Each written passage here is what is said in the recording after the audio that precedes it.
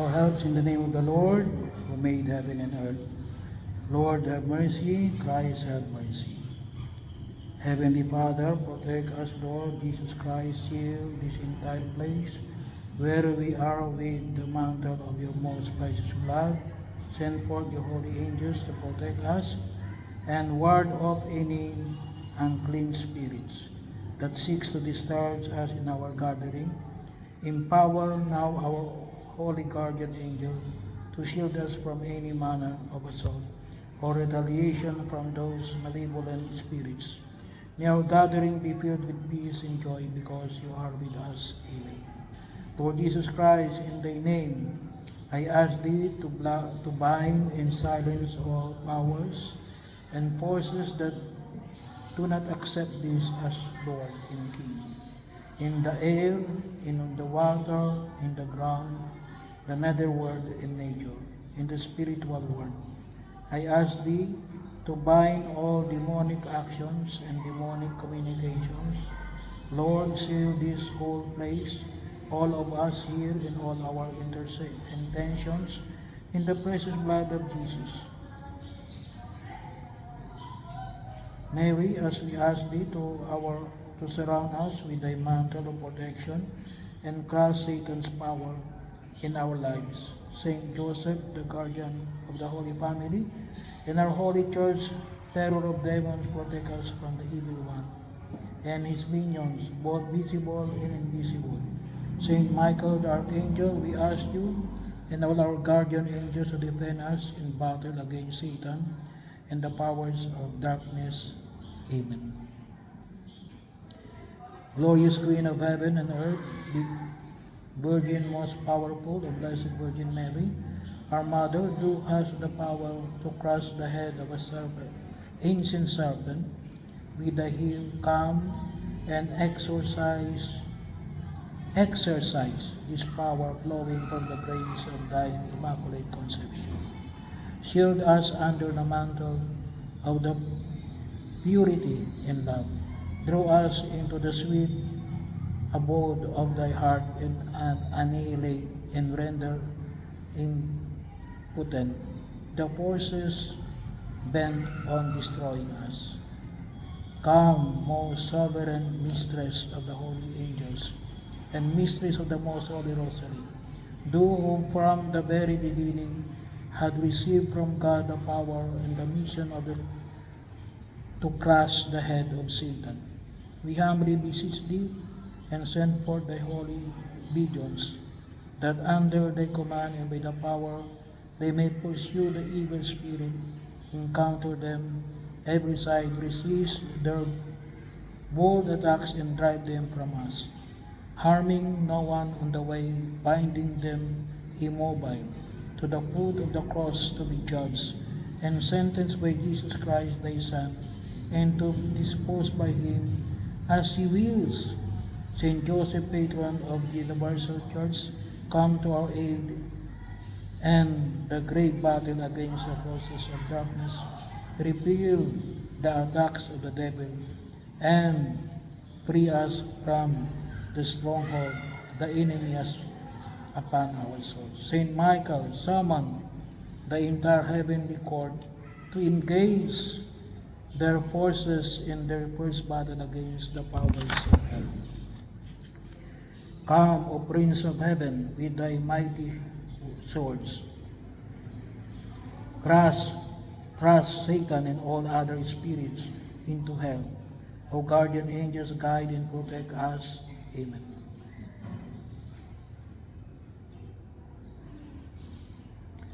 The Lord be with you.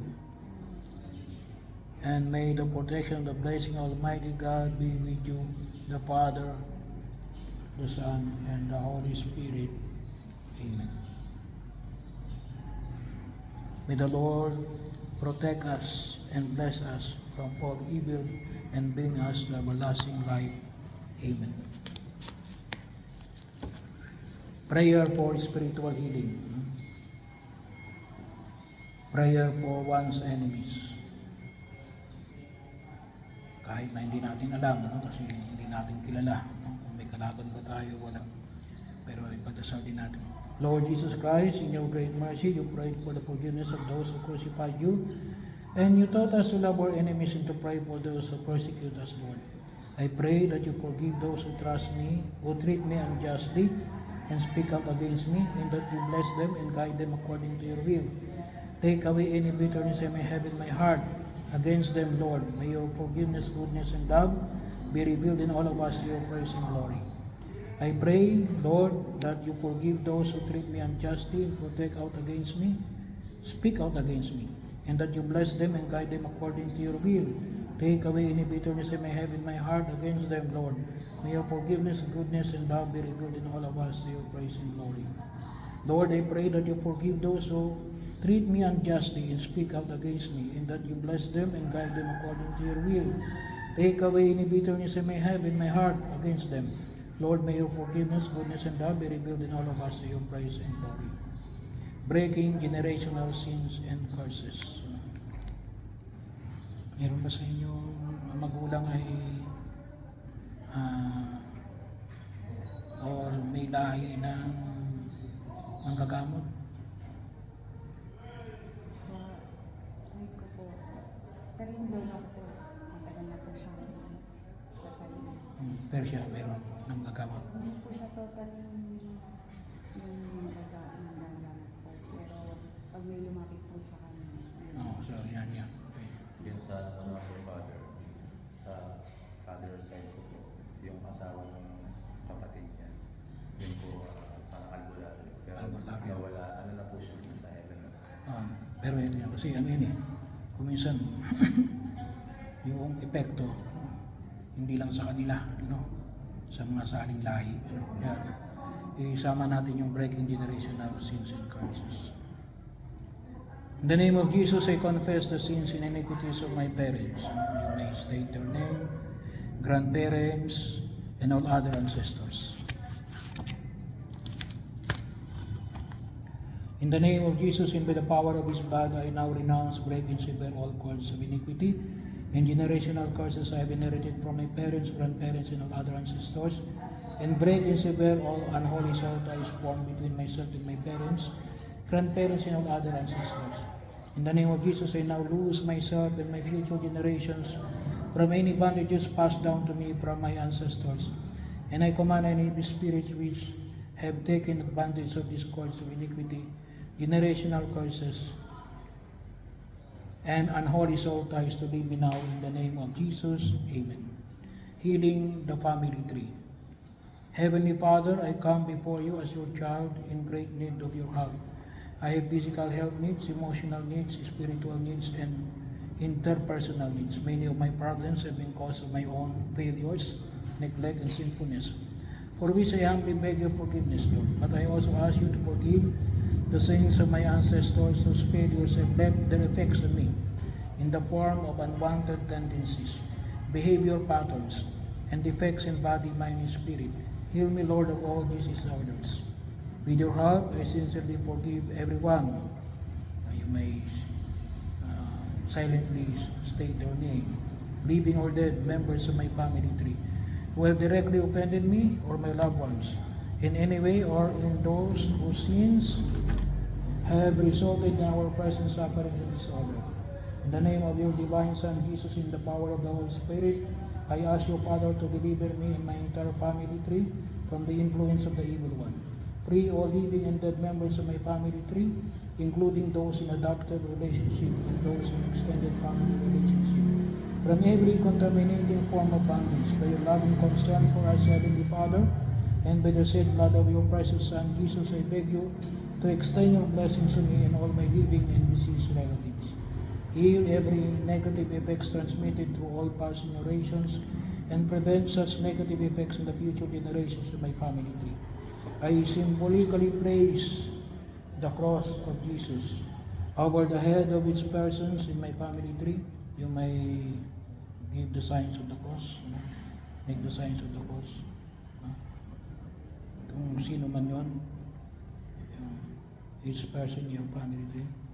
I ask you to let the cleansing blood of Jesus purify the bloodlines in my family units. Set protective angels to camp around us and permit Archangel Raphael, the patron of healing, to administer your divine healing power to all of us, even in the areas of genetic disability. Give special power to our family members, guardian angels, to heal, protect, guide, and encourage each of us in all our needs.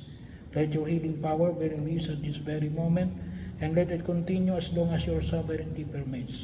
In our family tree, Lord, replace our bondage with a holy bonding in family love, and let there be an ever deeper bonding with you, Lord. By the Holy Spirit to your Son, Jesus, let the family of the Holy Trinity pervade their family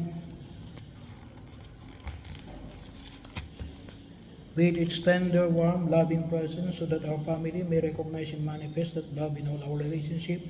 All our unknown needs we include with these petitions that we pray in Jesus' precious name. Amen. Prayer for the healing of intimate wounds. Lord Jesus, please come and heal my wounded and troubled heart. I beg you to heal the torments that cause anxiety in my heart. I beg you in a particular way to heal all who are the causes of my sinfulness. I beg you to come into my life and heal me of my psychological harms that struck me in my childhood and from the injuries that they caused throughout my life. Lord Jesus, you know my burdens. I lay them all on your good shepherd's heart. I beseech you by the merits of the great open wound in your heart to heal the small ones that are in mine. Lord Jesus, you know my burdens. I lay them all on your good shepherd's heart. I beseech you by the merits of the great open wound in your heart to heal the small ones that are in mine. Lord Jesus, you know my burdens. I lay them all on your good shepherd's heart. I beseech you by the merits of the great open wound in your heart to heal the small ones that are in mine. Heal the pain of my memories, so that nothing that has happened to me will cause me to remain in pain and anguish filled with anxiety. Heal the pain of my memories, so that nothing that has happened to me will cause me to remain in pain and anguish filled with anxiety. Okay, Totoy, mayroon ka bang nararamdaman na sakit na hanggang ngayon na hindi mo makalimutan? Trauma, wala naman? Heal the pain of my memory, so that nothing that has happened to me will cause me to remain in pain and anguish filled with anxiety. Heal, O Lord, all those ones that have been the cause of all the evil that is rooted in my life. I want to forgive all those who have offended me. Heal, O Lord, all those ones that have been the cause of all the evil that is rooted in my life. I want to forgive all those who have offended me. Heal, O Lord, all those ones that have been the cause of all the evil that is rooted in my life. I want to forgive all those who have offended me. Look to those inner souls that made me unable to forgive you, who came to forgive the afflicted of heart. Please heal my heart. Heal, my Lord Jesus, those intimate wounds that cause me physical illness. Heal, my Lord Jesus, those intimate wounds that cause me physical illness. Heal, my Lord Jesus, those intimate wounds that cause me physical illness. I offer you my heart. Accept it, Lord. Purify it and give me the sentiments of your divine heart. Help me to be meek and humble. Heal me, O Lord, from the pain caused by the death of my loved ones, which is oppressing me. Grant me to regain peace and joy in the knowledge that you are the resurrection and the life. Make me an authentic witness to your resurrection, your victory over sin and death, your living presence among all men. Amen. Prayer to Mary, undoer of nuns. Virgin Mary, Mother of fair love, Mother who never refuses to come to the aid of a child in need, Mother whose hands never cease to serve your beloved children, because they are moved by the divine love and immense mercy that exists in your heart. Cast your compassionate eyes upon me, and see the star of nuts that exists in my life. You know very well how desperate I am, my pain, and how I am bound by these nuts. Mary, Mother of whom God entrusted the undoing of the nuts in the lives of His children. No one, not the evil one himself, can take it away from your precious care. In your hands there is no knot that cannot be undone. Powerful Mother, by your grace and intercessory power, with your Son and my Liberator, Jesus, take into your hands today every knot in my life. Every knot that binds me to the devil, every knot that ties me habitually to sin and vice, Every knot in my intellect and will, every knot that enslaves my emotions, passions, desires, and relationship. Every knot in my body, mind, and spirit that prevents me from loving God with my whole being, every knot that prevents me from loving others the way God wants me to, I surrender them all to you, O Blessed Mother of God. Every knot that binds me to the devil, every knot that ties me habitually to sin and vice, every knot in my intellect and will, every knot that enslaves my emotions, passions, desires, and relationship, every knot in my body, mind, and spirit that prevents me from loving God with my whole being, every knot that prevents me from loving others the way God wants me to, I surrender them all to you, O Blessed Mother of God. Every knot that binds me to the devil, every knot that ties me habitually to sin and vice, every knot in my intellect and will, every knot that enslaves my emotions, passions, desires, and relationship, every knot in my body, mind, and spirit that prevents me from loving God with my whole being, every knot that prevents me from loving others the way God wants me to, I surrender them all to you, O Blessed Mother of God. I beg you to undo it for the glory of God, once and for all, for you are my hope. O my Lady, you are the only consolation God gives me, the fortification of my feeble strength, the enrichment of my destitution, and with Christ the freedom from my chains. Hear my plea. Keep me, guide me, protect me, O safe refuge. Mary, undoer of knots, pray for me. Amen. Ano ang pangalan mo? Faye, ano? Faye, dalawa rin. Anong pangalan mo? Margin. John. John. Yung dalawa. Ano yan? Sabay kayong magdasal. Prayer of married couples. Lord Jesus Christ, by your presence, you blessed the wedding in Cana and showed us that you are the true priest of mystical and pure marriage. We thank you for the day on which by your heavenly blessing you join us in the sacrament of marriage. Lord, continue to bless and enrich our marriage in love, companionship, mutual support, oneness of heart, and progress in faith and life. Protect our holy wedlock from sin, evil, and danger. Nurture between us the spirit of understanding, the spirit of forgiveness, and the spirit of peace that no resentment, quarrel or other problem may cause us to stumble and fall. Grant us to see our own faults and not to judge each other. Keep our bond of love always new. Gladden our lives with the joys of marriage, that with one heart we may praise and glorify you. Amen. Prayer for their children. O God, our Heavenly Father, who loves mankind and are a most merciful and compassionate God, have mercy upon your servants, for whom I humbly pray to you to care for and protect. O God, be their guide and guardian in all their endeavors. Lead them in the path of your truth and draw them nearer to you, so that they live, O God, a godly and righteous life in your love as they do your will in all things. Give them your grace and mercy so that they may be patient, hardworking, tireless, devout, and charitable. Defend them against the assaults of the enemy, and grant them wisdom and strength to resist all temptation and corruption, and direct them in the way of salvation, through the goodness of your Son, our Savior Jesus Christ, and the prayers of his Holy Mother, and the blessed saints. Amen. Di na how to read. Parang ka na bang bumasa? Okay? Ha? Hard English? Ha? Read ka na kaya? Mag-read ka sa bibigyan ni Father. Kaya dalawa. Ha? Sabay kayo. Kahit ng tangka. Prayer of the children for their parents. Lord and Savior Jesus Christ, you have taught us to honor our fathers and mothers, to show love and obedience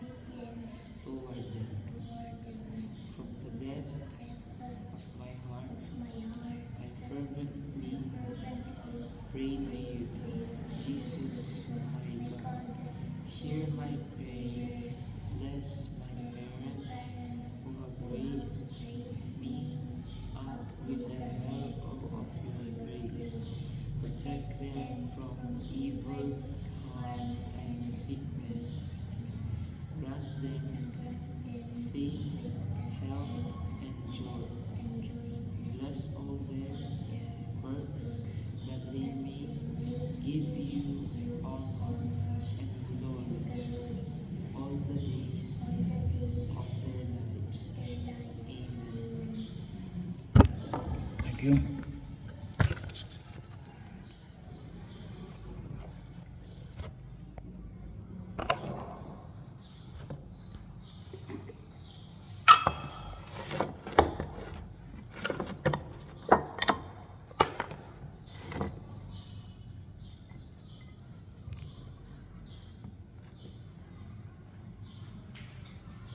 Ano ulit ba alam mo, Tutoy? Marsyon. Tinatapoy lang ba si Satanas? Gumagawa ng kanyang pamahati. Sumasampalataya ka ba sa Diyos sa mga makapangyarihan sa lahat ng may gawa ng langit at lupa? Sumasampalataya ka ba sa Kristo ni sa anak ng Diyos sa Panginoon, tinanap mo sa Tamalang Bire? Nagpapasakit ni Poncio Pilato, pinapos sa krus ang matay, nilibing mo din ang Diyos sa Diyos para ng Ama. Sumasampalataya ka ba sa Espiritu Santo sa banal na simbahan Katolika, samahan ng mga banal sa kapatawaran ng mga kasalanan sa lumang pagkabuhay ng mga namatay, nasa buhay ng mga hanggan?